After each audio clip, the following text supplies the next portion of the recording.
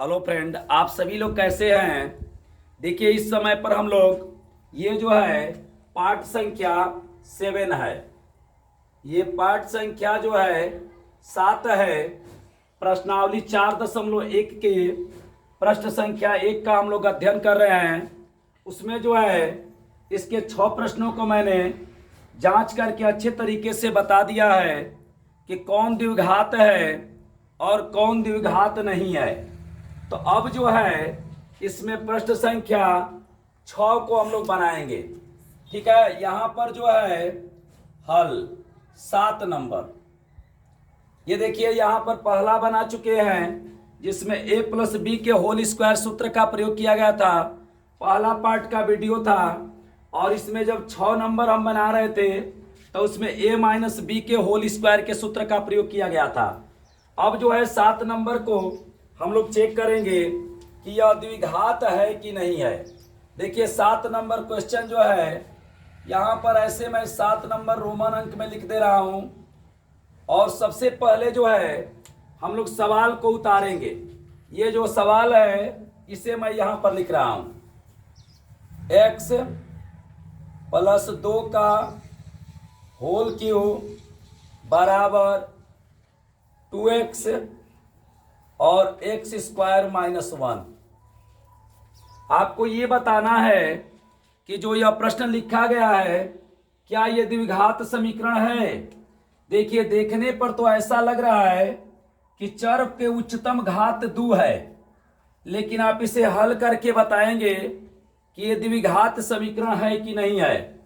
तो सबसे पहले देखिए एक बात है, x + 2 पर होल क्यों किया है, तो यहां पर हमें यह सूत्र पता होना चाहिए, a + b का होल क्यूब। यह सूत्र आपको पता होना चाहिए। अगर a + b के होल क्यूब के सूत्र को आप नहीं जानेंगे तो क्या यह सवाल बनेगा कि नहीं बनेगा? बन जाएगा। जानते हैं क्या करना पड़ेगा? x + 2 का 3 बार गुणा करना पड़ेगा। x + 2 गुणे x + 2 गुणे x + 2, या तो इसका 3 बार गुणा करिए, नहीं तो आप a + b के होल क्यूब के सूत्र का प्रयोग कर दीजिए तो प्रसार हो जाएगा। तो सबसे पहले मैं सूत्र बता रहा हूं और ये 8 नंबर जब बनाएंगे तो यह सूत्र आएगा a - b के होल क्यूब का। इसका मतलब कि प्रश्नावली 4.1 के सभी प्रश्नों को बताने के लिए आपको ये चारों सूत्रों पर अच्छे तरीके से पकड़ होना चाहिए, नहीं तो आपको बार बार गुणा करना पड़ेगा। तो सबसे पहले मैं a + b का सूत्र बता रहा हूं, ठीक है, और a - b का भी बता दे रहा हूं, ठीक है। तो देखिए a + b का ऊपर 3 घात, इसका मतलब 3 बार गुणा, और a - b के ऊपर 3 घात, इसका मतलब a - b का 3 बार गुणा। या ऐसे करिए, देखिए इसके ऊपर 3 और इसके ऊपर 3, दोनों पदों पर 3 घात आप लिख डालिए। देखिए इस पर 3, इस पर 3, अब आगे 3 लिखिए, आगे 3 लिखिए और इन दोनों का गुणा लिखिए, a गुणे b, और कोष्टक बना करके, और जो ये कोष्टक में बात लिखा गया है इसी को आप उतार दीजिए। ठीक है, लिख दिए। देखिए तो मिला के देखिए, इस पर 3 घात, पुनः इस पर 3 घात, दोनों के ऊपर 3, फिर आगे 3 लिख दिए और a का और b का गुणा कर दिए और बिना घात का इस कोष्टक को उतार दिए। यही प्रक्रिया आपको यहां पर भी करना है, यहां पर भी करना है। तो देखिए कर रहे हैं इसके ऊपर। अच्छा बताइए, इन दोनों सूत्रों में क्या अंतर है? आपसे मैं पूछ रहा हूं। इन दोनों सूत्रों में बस धन और ऋण का अंतर है। जैसे इन दोनों सूत्रों में किसका अंतर है? बस धन और ऋण का अंतर है। उसी तरह से देखिए, तब जैसा सूत्र इसका होगा वैसा ही सूत्र इसका होगा। तो इस पर 3 लिखिए, a पर 3, पुनः इस b पर 3 लिखिए, दोनों पर 3 लिख दिए। अब आगे 3 लिखिए और इन दोनों का गुणा करिए, a गुणे b, और इस बात को उतार दीजिए, a और b।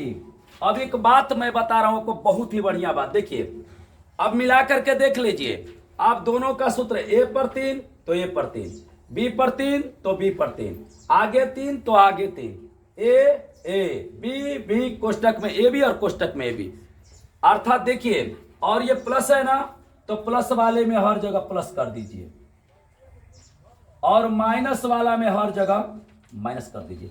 बताइए हो गया ना, ये ए प्लस बी का होल क्यों और ए माइनस बी का होल क्यों। अब देखिए मैं बहुत ही बढ़िया बात बता रहा हूं, अब इसको हम हल करेंगे इस सूत्र पर, ये वाला जो सूत्र है इसका प्रयोग करके हल करेंगे। या 3 बार गुणा करिए, तो 3 बार गुणा करना थोड़ा कठिन चीज है, तो देखिए कर रहे हैं, x के ऊपर 3, फिर कहा 3, इसके ऊपर 3, भाई दोनों के ऊपर 3 3 घात, इस पर 3 इस पर 3, फिर आगे 3, और इन दोनों का गुणा x गुणे 2, और ये जो है कोष्टक में उतार दीजिए x और 2, और बताइए इसमें धन है ना, तो हर जगह धन लगा दीजिए, 3 जगह धन लगा दीजिए।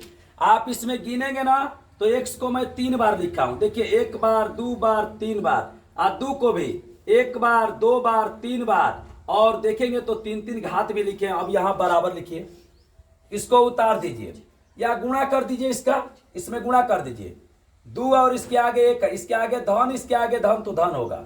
और 2 किसी चर के पास अगर कुछ भी ना हो तो वहां पर 1 होता है, तो यहां पर 1 है, 1 का 2 में गुणा करेंगे 2 हो जाएगा, और x पर 1 घात और यहां पर 2 घात, तो x पर 3 घात, इसके आगे धन इसके आगे ऋण, तो ऋण होगा, और 2x में 1 का गुणा करेंगे तो 2x होगा।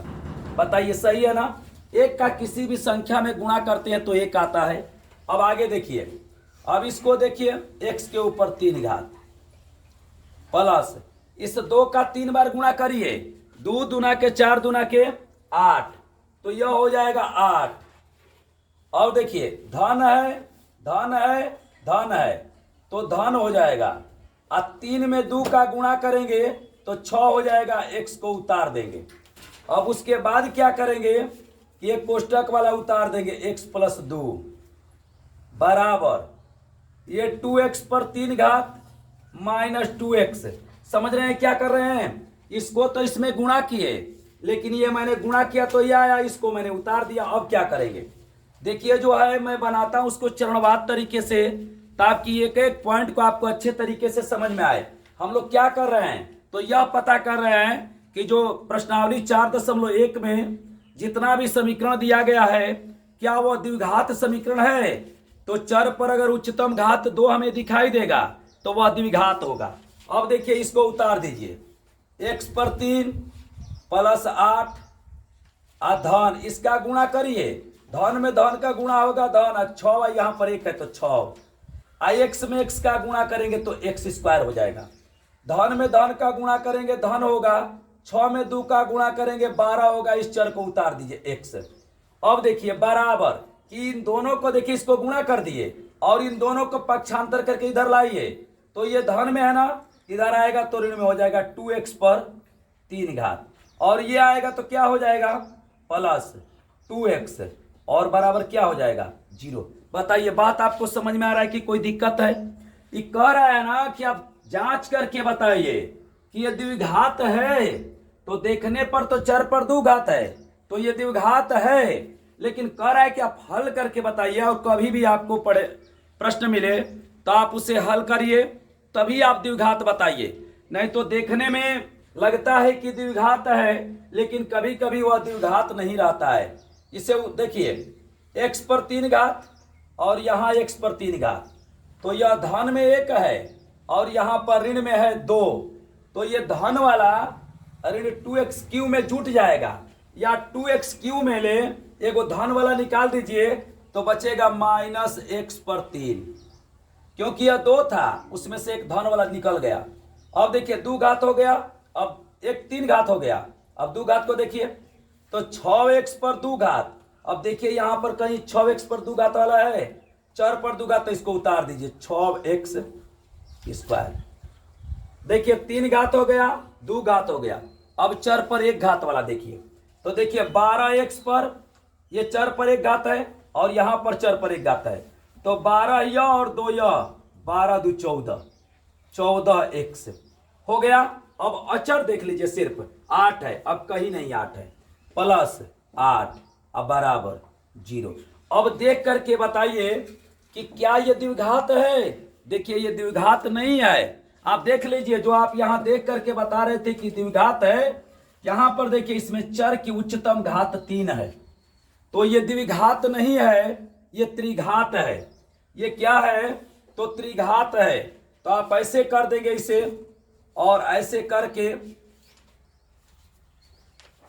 ऐसे घेर दीजिए। मुझे पूरा विश्वास है कि आपको अब द्विघात जांच करने आ गया होगा। ये द्विघात